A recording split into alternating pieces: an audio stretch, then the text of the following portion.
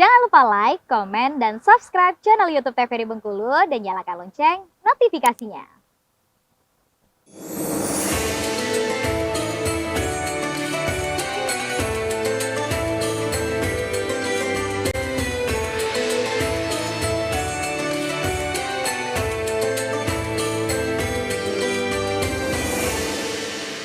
Baik pemirsa, kembali di Mitra Kolbu TVRI Bengkulu. Tema kita masih yang sama tentunya dengan keistimewaan silaturahim bersama dengan Bapak Al-Ustadz Ikhwan Nasution. Nah, kembali tentunya kita akan bertanya kepada beliau untuk keistimewaan dari silaturahim ini sendiri. Nah, Pak Ustadz, ini semisalnya nih kita punya kesalahan kepada seseorang, baik kepada orang tua atau kepada saudara atau kepada kerabat tentunya, tapi belum sempat kita untuk yang namanya meminta maaf terlebih dahulu, tapi saudara atau kerabat tersebut atau orang tersebut telah dipanggil dulu oleh Tuhan tentunya. Nah, tapi kita ingin meminta maaf Pak Ustadz, itu seperti apa Pak Ustadz? Apakah ada caranya untuk kita melakukan permintaan maaf tersebut atau seperti apa Pak Ustadz?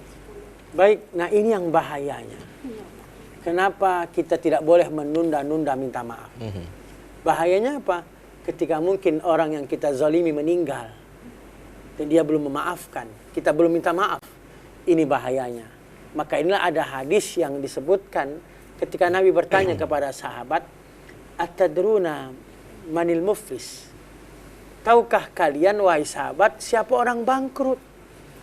Qalu al-muflisu fina man la dirham lahu wala mata. Kata sahabat, Rasul, orang bangkrut itu orang yang tak punya harta, yang tak punya aset, yang tak punya keuntungan dunia.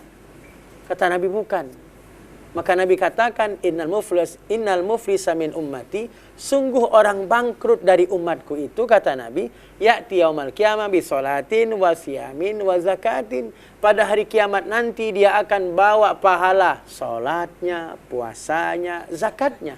Tapi kata Nabi, wa ya'ti qad syatamahaza wa qazapahaza.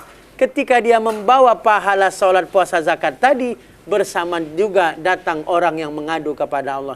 Ya Allah, itu yang bawa pahala sholat itu, dia dulu pernah membuli aku, menghina aku. Dia pernah menuduh aku. Wa akala mala hadza, dia pernah ambil harta aku. Dia pernah pinjam uangku, belum dikembalikan. Kemudian wa daraba hadza, dia pernah mukul aku. Wa satama hadza, dia pernah melukai aku. Maka apa yang terjadi? Yang terjadi ini bahayanya. Yang terjadi akhirnya apa? Bahwa diambillah pahala kita tadi. Pahala yang kita bawa sholat, puasa, zakat. Diambil, diberikan kepada orang yang kita zalimi. Karena dia ternyata menuntut kepada Allah. Karena tidak kita selesaikan waktu di dunia. Maka itulah tadi, menzalimi orang ternyata dibalas dengan kezaliman. Orang yang hari ini kita zalimi dan kita tidak minta maaf, bahkan kita musuhi, ternyata dia pasti nuntut kepada Allah. Sementara nanti tidak ada waktu untuk minta maaf. Tidak ada lagi.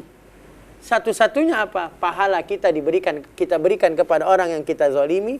Kalaupun itu belum cukup, dosa orang yang kita zalimi dilemparkan kepada kita. Masya Allah. Kalaupun itu belum cukup dengan pahala kita. Maka inilah bahayanya ketika tadi menunda-nunda minta maaf. Maka tadi segerakan minta maaf. Tapi dia terlanjur meninggal, bagaimana? Ada ulama mengajarkan minimal caranya apa? Terus mendoakan dia. Ya Allah, ampuni dia ya Allah. Aku buat salah kepada dia. Dengan salahku ini ya Allah, ampuni dia ya Allah dari kesalahan. Itu salah satu caranya ya Pak Itu Ustadz? salah satu caranya. Ya. Karena kita tidak bisa lagi minta maaf karena dia sudah meninggal. Maka itulah jangan pernah menunda-nunda minta maaf. Maka itulah kenapa tidak boleh 3 malam lebih tadi kita memutuskan silaturahim. Jadi salah satu caranya minta ampun kepada Allah untuk si A ketika kita berbuat salah kepada si A. Doakan, ampuni si A ya Allah dari dosaku. Ampuni aku ya Allah dosaku kepada si A. Ampuni dia ya Allah, rahmati dia. Itu salah satu cara. Oke, baik, luar biasa. Nah, untuk ibu-ibu dari Majelis Taklim An-Nabah, ada yang mau bertanya, kami silahkan tentunya. Untuk sore hari ini, tema kita masih yang sama tentang keistimewaan dari silaturahim. Bismillahirrahmanirrahim. Assalamualaikum warahmatullahi wabarakatuh. Waalaikumsalam warahmatullahi wabarakatuh. Nama saya Elmi dari Masjid Taklim An-Nabah. Pak Ustadz, Iya. saya mau tanya, gimana kalau kita seandainya punya masalah, Dan kita punya grup, di antara grup, apakah boleh kita, apakah atau cukup untuk minta maafnya lewat WA? Gimana itu Pak Ustadz? Sekian, terima kasih. Assalamualaikum warahmatullahi wabarakatuh. Baik. Waalaikumsalam. Waalaikumsalam warahmatullahi wabarakatuh. Minta maaf tanpa bertemu muka, Pak Ya. Ustadz. Jadi meminta maaf itu mana yang baik? Jadi yang terbaik itu adalah ketika bersalaman. Karena memang ada hadis yang menunjukkan di antara keutamaan salaman. Apa kata Nabi? Ma min muslimaini yaltaqiyani fatasafahani illa ghufira lahum ma qabla yatafarraqa. Tidaklah dua orang muslim yang saling bertemu kemudian dia berjabat tangan, maka Allah gugurkan dosa mereka berdua selama mereka belum berpisah. Artinya belum berpisah saja mereka dosa sudah digugurkan. Maka inilah di antara keutamaan salaman. Maka pesan Nabi apa? Tasafahu yuzhibul ghilla an qulubikum. Bersalamanlah kamu karena dengan salaman menghilangkan dendam, menghilangkan kebencian di hati antara kamu. Maka salaman itu sunnah Nabi. Salaman itu dapat jaminan menggugurkan dosa, termasuk salaman itu sudah dihitung menjaga, menyambung silaturahim. Pertanyaannya bagaimana kalau terbentang jarak yang jauh? Maka bolehkah lewat WA? Boleh ketika kita minta maaf. Aku minta maaf lewat WA. Kemudian dia jawab, aku maafkan. Selesai. Ketika dia sudah mengatakan aku maafkan, selesai. Insya Allah ketika urusan muamalah ini selesai di dunia, tidak akan menjadi sebab nanti kita diazab nanti di akhirat. Maka dosa kepada manusia itu kalau kita perhatikan jauh lebih berat sesungguhnya daripada dosa kepada Allah. Ketika kita hari ini mungkin terlanjur berbuat dosa kepada Allah, mungkin kita kemarin maksiat, atau mungkin kita kemarin meninggalkan sholat, maka dosa ketika hubungannya kepada Allah, solusinya agar tidak jadi azab dari dosa itu adalah taubat. Ya ayyuhalladzina amanu tubu ilallah taubatan nasuha. Hai orang-orang beriman, bertaubatlah kamu kepada Allah dengan taubat sesungguhnya. Maka solusi ketika kita terlanjur berbuat dosa kepada Allah agar tidak diazab itu dosa, maka taubat kita kepada Allah. Bagaimana cara taubat? Ada 4 rukunnya. 1, wajib menyesal telah berbuat dosa. 2, berjanji tidak akan lagi mengulang dosa. 4, memperbanyak istighfar, minta ampun kepada Allah. Dan yang kelima, perbanyak amal-amal sunnah, amal-amal soleh. Karena Allah sendiri yang berjanji dalam Quran surat Hud ayat 114. Innal hasanat yuzhibnas sayiat. Sungguh kebaikan yang kita kerjakan itu menghapuskan kesalahan yang terlanjur kita lakukan. Maka 4 ini ketika kita terlanjur berbuat dosa kepada Allah. Tapi ketika kita terlanjur berbuat dosa kepada manusia, tidak cukup dengan taubat. Tidak cukup dengan 4 tadi, menyesal, berjanji, tidak mengulang, memperbanyak istighfar dan memperbanyak amal soleh.